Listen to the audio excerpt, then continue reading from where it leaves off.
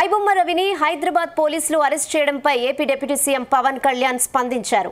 డబ్బుల రూపంలోనే కాకుండా సృజనాత్మకతను పెట్టుబడిగా పెట్టి నిర్మించే సినిమాలను విడుదలైన రోజున ఇంటర్నెట్లో పోస్ట్ చేస్తున్న ముఠాల వల్ల చిత్ర పరిశ్రమ తీవ్రంగా నష్టపోతుందన్నారు.